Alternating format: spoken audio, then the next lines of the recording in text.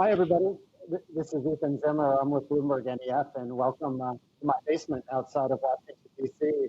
It's a pleasure to be with you all today and to continue the conversation on green jobs and their implications for the economy. For those of you who don't know, BloombergNEF, we're just a division of Bloomberg that focuses on the fundamental transitions that are underway in the economy towards lower carbon energy solutions. This includes renewables, electric vehicles, and quite a few other technologies. So I think we heard for the last half hour some really great talking points and some interesting information, ideas around what a green job is. And I'm very fortunate today to be joined by three other terrific speakers who can take the conversation into the next step and look a little more closely at what green jobs are, where they're being created, and how they pay in some cases as well. So let me first, without going into great detail, just introduce the three panelists that we have today. We have Lisa Jacobson, who is the president of the Business Council for Sustainable Energy. Steve Varley, who's the Global Vice Chair for Sustainability at EY, and Diego Diaz, who's the Head of New Ventures at Iberdrola. I'm going to start the conversation off in a fairly open manner for everybody because I think it's important to sort of at least begin by a bit of a conversation about how we're defining green jobs and where we see some of the opportunities. So with that, I'll kick it off by handing it to Steve and ask, Steve, I know you and EY have done some research on some of the opportunities around green jobs, particularly in the EU. If you could talk a little bit for us about that and more broadly about your definition of a green job. Great. Well, good morning, good afternoon, and good evening to everyone tuning in. Great to be here with you guys today. Let me turn really quickly to the question you asked, because we at EY did a piece of work for the European Climate Change Foundation, which actually then customer was the European Union. You're looking at the last several years, clean energy job growth in the US has really skyrocketed. You know, we ended 2019 with nearly 3.4 million clean energy jobs in the United States. And this is analysis that's done by using Bureau of Labor Statistics data. And right now it is being done independently by BW Research. But this original assessment was started by the Department of Energy. So this is a really good benchmark set of data that we're looking at. So we were poised, I think, to bring on nearly 180,000 jobs in 2020 across clean energy sectors. But unfortunately, with the business conditions of COVID, we've seen, dramatic declines and, potentially very many significant layoffs. Interestingly, just in the last few days, new data from BW Research has come out, and they've been tracking monthly since March the impacts on the clean energy workforce from business conditions from COVID-19. And we still are suffering about 500,000 job losses in clean energy industries. And these are predominantly in the residential sector, whether they be energy efficiency workers. And in fact, I think over 340,000 of the 500,000 job losses in clean energy sectors are related to energy efficiency. But, it's not just energy efficiency, it's sustainable transportation, it's renewable energy. And there's a variety of reasons why we've seen these job losses. But I think, we're pretty much 1 out of every 5 jobs that had been lost due to COVID has been restored. So we are far behind where we should be under normal circumstances. And then with COVID, we've really suffered a great deal. But I wanted to share just briefly, and we can talk about it more later, some analysis that BCSE has done of its own membership. We have done a number of surveys since COVID pandemic. We were really responding to those conditions here in the US since March. But in August, we did a workforce and inclusion and diversity survey of our members. And that was really important. And number one, we first uncovered, through additional analysis that, clean energy jobs are not just kind of engineers and highly technical jobs. They are all different types of jobs requiring some very specialized skills, but also some really general skills like customer service or critical thinking. Yes, we cover many different types of employees and in many different types of employee settings. So the survey showed, really importantly, that 53% of our members had some kind of workforce development program, and over 70% had a diversity and inclusion policy. Now that's critical under any circumstance, But with COVID recovery and renewal, we think having those kinds of building blocks is really important. They also noted that workforce development is very different than diversity and inclusion, and different supports and programs and engagement with communities is needed. So I guess my takeaway is we have suffered due to COVID, and we need to work, public and private sector alike, to bring back those jobs and get back on that forward-looking footing of growth. But we also need to understand that there are tremendous opportunities to bring in new workers into the professional clean energy space. And they're not all highly specialized engineers. They really are very cross-cutting in terms of the skills and knowledge base that these new professionals will need. So thanks, Ethan. Thanks, Lisa. And I want to come back on the U.S. situation in just a couple of minutes, and also the political situation around green jobs. This is an interesting subplot of all of this. But before we do, Diego, I want to bring you in here. And your role at Iberdrola is a little different in terms of focusing on newer companies and startups and new technologies. Maybe talk a little bit about your work, and then also about how the kinds of skilled people that the companies that you invest in, what they look like, and what kind of skills they need. Sure. Thank you very much. Good afternoon, Ethan, and good afternoon, everyone. Thanks for having us here. So first, very briefly about Iberdrola. We are one of the largest renewable companies in the world, 50 gigawatts of generation. 2/3 of that is emission-free, plus grids in Spain, the UK, the US, and Brazil. In the US, we are present via Avangrid. So I think to understand, this is a super interesting conversation, and to understand that somehow the green jobs of the future, I would just come back a little bit to how we see the future of energy is going to look like. So we've seen a revolution in energy based on renewables. Renewables were thought to be expensive, like just 10 years ago, even 5 years ago. Now we believe they are the most competitive generation technology worldwide. But this is just the beginning somehow, because renewables will grow exponentially in the next 10 years in all geographies. However, electricity is just 25% of final energy demand right now. So if we really want to have a green economy and a renewable economy, we really need to grow electricity from only 1/4 of final energy demand to actually the opposite. And that's bringing huge opportunities. That's basically helping us decarbonize transport, decarbonize buildings, and decarbonize heat. And we believe there are a number of technologies and jobs that will be needed in that transition. And we have several ways to partner and to actually work to recruit that interesting talent and technology. So hopefully we'll be able to talk about that during the session.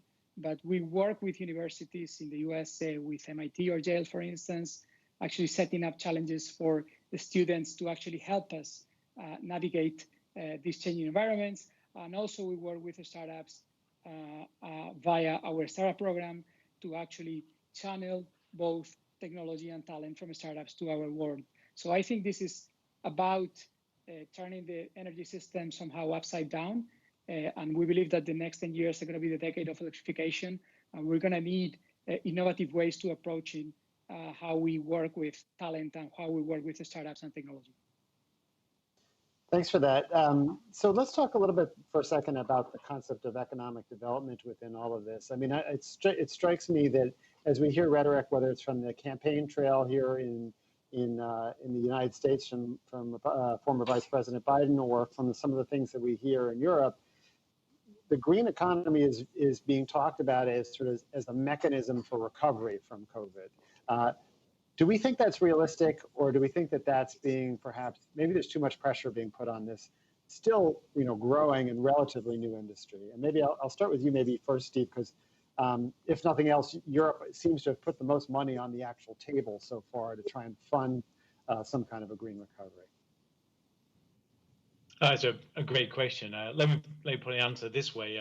I think it's the best bet we've got as a global economy to drive employment through all parts of society. And I like what Lisa was saying as she started to unpack some of the jobs that would be available. And there is perhaps a view that in the early days of a green recovery and investment in sustainability, this was about engineers and battery scientists doing great research and development. And actually, as part of the work that we did for the EU, one of my favorite projects was a project that the Paris mayor had sponsored, where 1,000 Parisian historic homes were being retrofitted to be more sustainable. And just think of the skills and jobs that creates in Paris, because you need individuals to go into the houses and do the assessment. Then there's a whole host of skills you would need to retrofit an old Parisian house with better glazing, better insulation, better draft proofing. And then you get into the supply chain that needs to enter the house to make sure the materials are there. Then there's a waste to be taken away. All of those, I think, need to be considered as part of the green recovery. So I'm not sure you'll fully close the gap for COVID. And the work that we did said there would still be a gap in the EU. But I think as bets go, Ethan, it's the best bet we've got. And my encouragement to governments and policymakers around the world will be to make sure the funding's there so we can even do the transition from fossil fuels, from older industries, straight into the green recovery. Lisa, in the U.S. context, is certainly being talked about as part of former Vice President Biden's green recovery plan, this $2 trillion that he's talked about. It's a lot, potentially, of interest and potential pressure on an industry here in the U.S. Is it practical and realistic, do you think? I do think so, and I also like that phrase. It's a really, well, it's not even the best bet. I mean, it's an essential bet. I mean, I would take a step back and say, what were we discussing related to infrastructure a year ago? We know in the U.S. and around the globe, we've got aging infrastructure.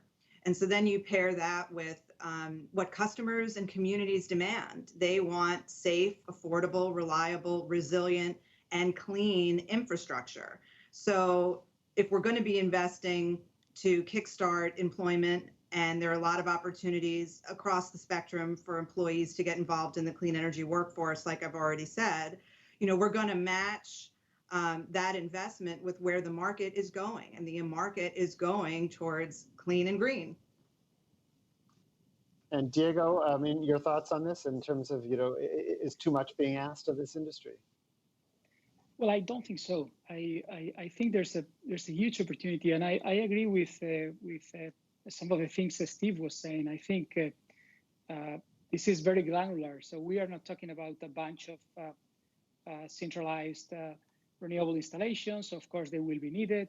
We are talking about, for instance, full electrification of heat.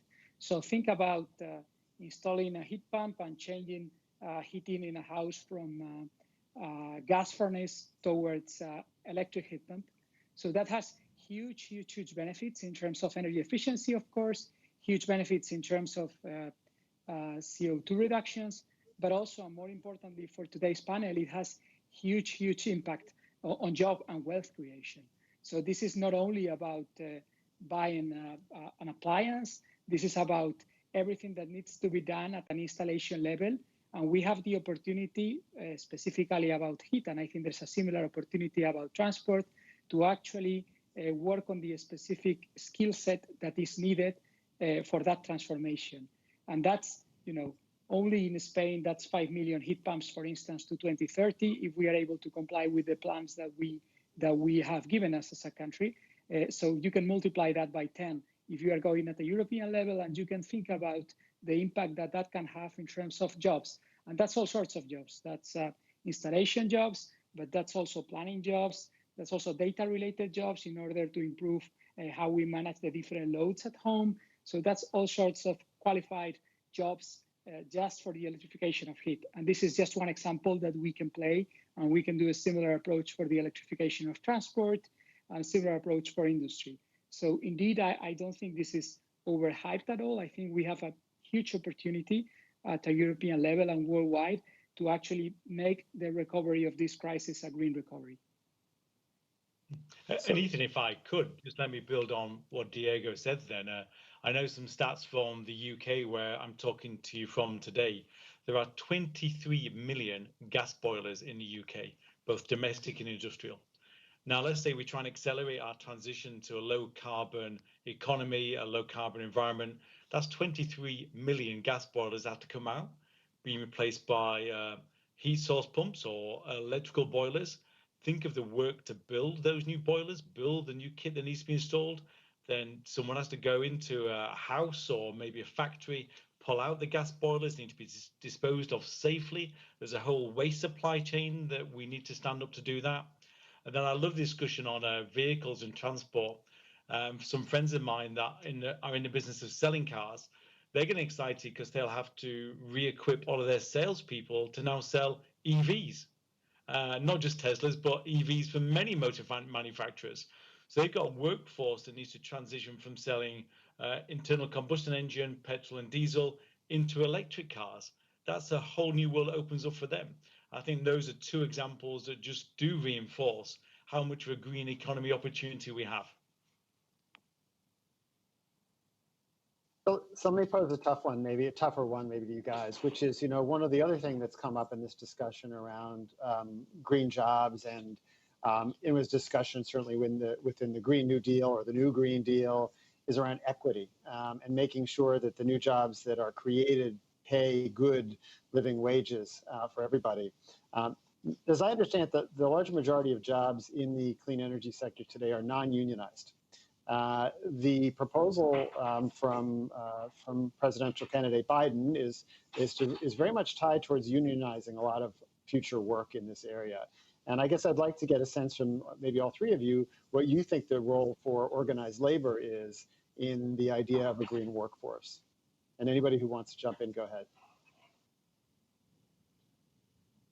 I can start. This is Lisa. I mean, I think clearly there are many sectors of the energy economy where, unions are, a primary part of it. I think about the utility sector, for example. There may be other parts, especially when you think about maybe a small business energy efficiency contractor, that they're not, right? And then there's lots in between.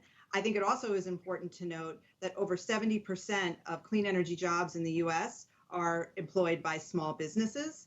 So, this is a huge chunk of, both mostly the residential part of the clean energy economy in the United States. So I think it's more about, how do we support across the board the fundamentals to have, family supporting jobs in all parts of the clean energy economy. And I think that primarily comes from stable, secure, domestic marketplace. And yes, of course, there are opportunities for export, but if you have a stable domestic market where you have stable demand and you're able to, operate your business consistently, you're going to be able to employ people and you're going to be able to offer them, opportunities for, again, that family sustained type of career. And again, when we looked, I changed my view on understanding how many potentially clean energy jobs there were and really what type of skills would be required. It is extremely broad. And I think the examples from the other speakers, when they really break down the supply chain, gave you a good sense of that. So there's a lot of opportunity. Some will be unionized, some may not be, to have very strong and robust and, again, family supporting clean energy jobs in the United States. I do think you bring up a good point, but I'm no expert in organized labor. But what I do know is that there should be an expectation on the unions of today and tomorrow to help their members transition to a green economy as well. I know that some of the more progressive unions across the EU are providing education and skills transfer courses so that their members don't get stuck behind in historical industries when the rest of the world's moving to more of a green economy. Diego, I'll frame it. Go ahead. Sorry, I was going to follow up on it. But no, I was going to say, I mean, not much to add on the unionized side. I think I would also highlight. I would also like to highlight the opportunities for let's say smaller companies and specifically startup companies. I believe this is a huge opportunity for startups, like every transition. From our end, we've been working with the startups for more than 10 years, not only investing, but also supporting them from a let's say, customer and partner relationship. And, there's one simple example of a company that we work with, and we are an investor in the US. They are called InnoWatts. So they grew since our investment from being a, very small startup to now managing, 40 million smart meters worldwide, with employees in the US, in India, and pretty much all around the world, just to unlock the power of smart meter data. So this is just an example somehow of a business built from scratch in relation with the transition and the green jobs that we are talking about. And this is probably less a standard approach than utilities or anything else, but I think it's a huge opportunity also for startups, and we are working very actively in that field because we believe that they can be a great partner to actually help us navigate this transition. I'll follow up with you, Diego, and then I definitely welcome you guys to Stephen and Lisa to jump in too, which is, we at BloombergNEF, we look a lot at the cost competitiveness of clean energy technologies. And it seems that we've arrived at a very interesting point where, as you know, Diego, wind and solar in particular are cost competitive in many parts of the world now, including many parts of the United States. But that victory has been achieved by ruthlessly driving down the cost of making the equipment and installing it. And I guess my question is, if you want to address climate change and you want to deploy as much, clean energy as you can and other clean technologies, can that go hand in hand with paying, a fixed mandated wage that's either set by the government or by a union negotiation? I'm getting silence, but anybody who wants to jump in, I guess my question is, is this something that goes hand in hand with addressing the larger climate challenge? Well, as you know, looking across the country, many of these decisions related to the relationship with particular projects and unionization goes at the state level and local level. And there are certain states where there's certain mandates and others where they're not. And then particular project negotiations might ultimately go down a particular pathway. But I don't think it's either an inhibitor or a prerequisite. But across the board, again, I think as clean energy industries grow and they continue to be the growth sectors of the energy economy in the US, they will be offering more and increased opportunities for employees. So I don't think that it's incompatible. And I also think the additional efficiencies and cost reductions as these industries grow provide other opportunities to support workers and communities. Economic opportunity. So great.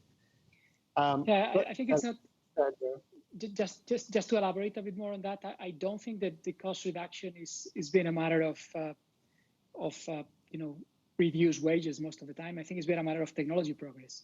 And I think if you put solar, for instance, as an example, basically, the increase in efficiency is allowing for a total decrease in cost globally without necessarily moving down labor cost. So this is more about technology progress and technology innovation than it is about actually lowering or tightening wages, in my view.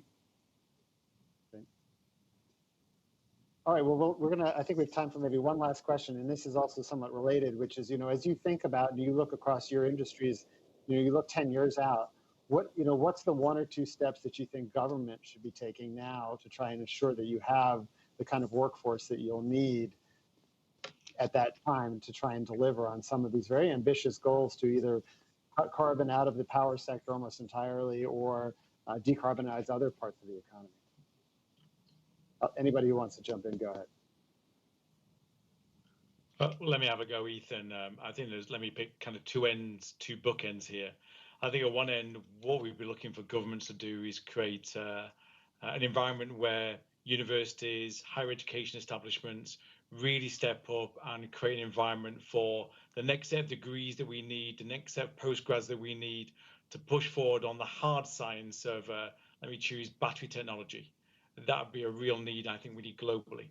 But then maybe at the other end, I do think we need a whole new level of apprenticeships. So for 16, 18, 19, 20-year-olds, and maybe aren't going to go to university, we need to help them get into the job ladder and take part in this green economy. And as we've mentioned, we think there's going to be lots and lots of jobs out there for them, from salespeople to individuals to install new boilers, take out old boilers, make sure that they're put into the right sort of waste recycling. those are jobs I think that a new generation of young people can easily step forward to. And what we're looking for government to do is create those pathways so that young people, as they leave schools, can be trained as apprentices of old were trained to take part in this new green economy. This is Lisa. I would totally agree. And I think one of the things that we learned as we did our survey, that we also need to start at even younger levels. I mean, elementary level, starting to build awareness of, we already are doing, I think, a pretty good job in many parts of the country of introducing environmental issues within curriculums, but we need to start communicating that there are many different types of jobs in these sectors that, and start to capture the imagination of kids and build in more specific curriculum on energy at a young age, so at the elementary age. And then the federal government can do a lot to foster public-private partnerships. I mean, one of the ideas that's been suggested is some kind of national federal entity or organization structure within the US to understand and track different types of programs to help promote them in new parts of the country, and also to support workers that are looking to make a transition. You know, we assume that people can just, you know, go into training and certification programs. Sometimes they have to leave a current job to do that. So how do we help them with some kind of financial support or grants as they're trying to make that transition? Also, you know, are we reaching all the communities that we should be? And I think that's an area that clearly BCSC is looking at through its membership. You know, how are we going to underserved or underrepresented communities within our workforce right now, and making sure that they are aware? And again, using all those channels that the previous speaker meant, plus tapping in to the education system at a much younger level. Thanks. Diego, I'm going to give you the last word, a quick one though, because we officially run out of time. Sorry, go ahead. Okay, no, super quick. I mean, I agree with both Steve and Lisa on the opportunity for, let's say, apprenticeship and at a younger age. Elaborating a little bit more on the university impact, we fully agree. I think this is about challenging university students with the challenges that we have as an industry. And, you know, from Iberdrola, we've been doing that for several years. We have our university program, and it works precisely on the students with that approach. I mean, we've set up more than 60 workshops. We share with the students specific challenges that we do have as an industry, and we gather together over a weekend, and we've been together with more than 2,000 students and more than 300 Iberdrola mentors, and we try and work out together those specific challenges. And this is a way not so much or not only for solving those challenges, but for making young students aware of the huge opportunity that we have in this green energy transition. And additionally, of course, it serves us as a way for recruiting excellent talent of highly motivated people that is aligned with us in solving the challenges of the green energy transition. Wonderful. Well, we didn't even get a chance to dwell on that, which is that the one thing I think that we all benefit from is that there's no shortage of outstanding people who want to work in this industry, and we all are very much the beneficiaries of that. So with that, let me just say thanks so much, Diego, Steve, so great comments and a really interesting conversation. Thank you so much, and I'll hand it back to the moderator. Thanks.